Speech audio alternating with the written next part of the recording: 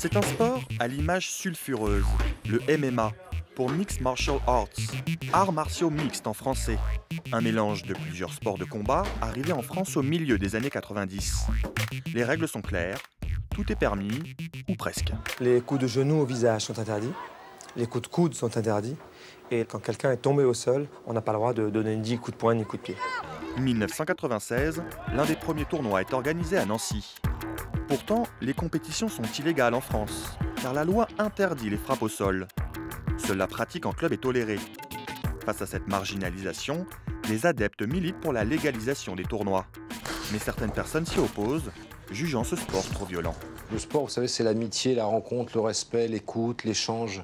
Le sport, c'est des valeurs positives. C'est pas d'aller faire le malin pour exister sur des valeurs guerrières à ce point-là. Donc, je comprends pas. Moi, je suis atterré de voir ça.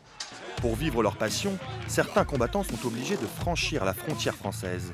À l'image d'Anthony Dizzy, exilé en Suisse, pays où les compétitions sont légales. Quand on ne connaît pas la discipline, on peut être un petit peu choqué au départ. Mais après, il faut passer ce cap-là, s'intéresser un petit peu plus.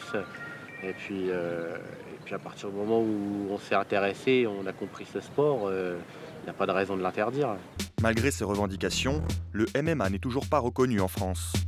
Pire, en 2015, nouvel obstacle pour la discipline. Le gouvernement s'oppose fermement à une légalisation des compétitions. Sur le papier seulement, car aucune loi n'interdit officiellement leur tenue.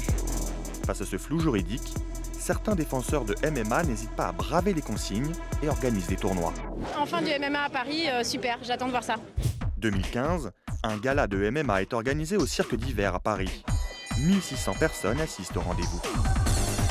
C'est une soirée historique, c'est la première en France, soirée MMA parfaitement réussie, le contrat est rempli. En réaction à ce gala, un arrêté est pris en 2016 interdisant toute compétition de MMA en France. Mais en 2018, face à la popularité de ce sport, le gouvernement ouvre la porte à une possible légalisation des compétitions.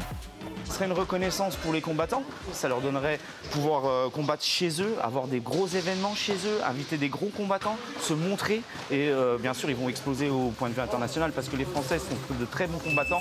En janvier 2020, le MMA est officiellement reconnu par la ministre des Sports Roxana Maracineanu.